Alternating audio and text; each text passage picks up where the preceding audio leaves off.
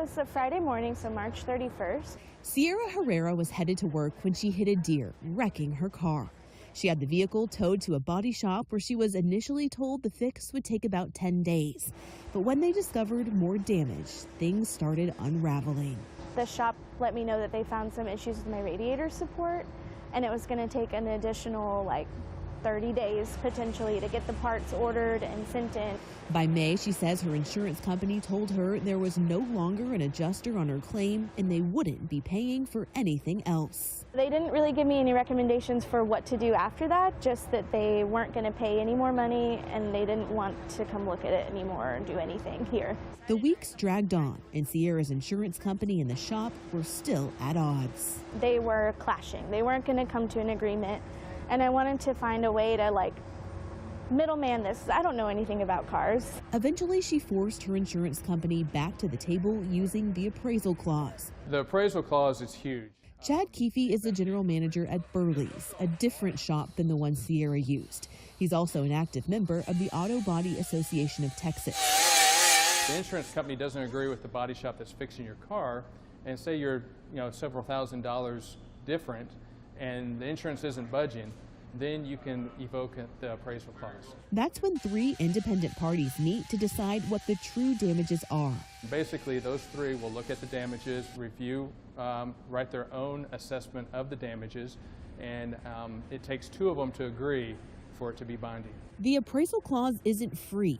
You as a consumer have to hire an independent appraiser, which costs hundreds of dollars. Then the insurance company hires an independent appraiser and you both split the cost of an umpire. When it was all said and done, the appraisers agreed true damages were $4,600 more than what Sierra's insurance company tried to pay. If she hadn't used the appraisal clause, her only options would have been to pay that difference herself or take the insurance company to court. If you can go through the appraisal and stay out of the courts, that's probably the best way to go. Most auto insurers give their customers access to an appraisal clause.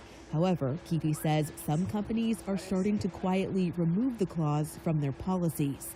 In 2025, the Auto Body Association of Texas will push for a new state law not only requiring auto insurance companies to have appraisal clauses, but making the loser foot the bill for both parties' appraisers. Now insurance companies would have to make sure they're right before they go into that, because they know if they lose, they're going to have to pay everything. Another tip to help consumers avoid auto repair headaches includes adding an OEM endorsement policy to your plan.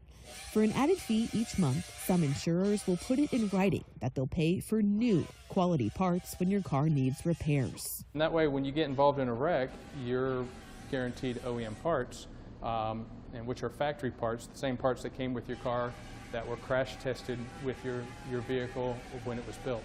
4 months after Sierra hit that deer, she finally got her car back in top-notch condition. A lengthy ordeal she hopes others can learn from.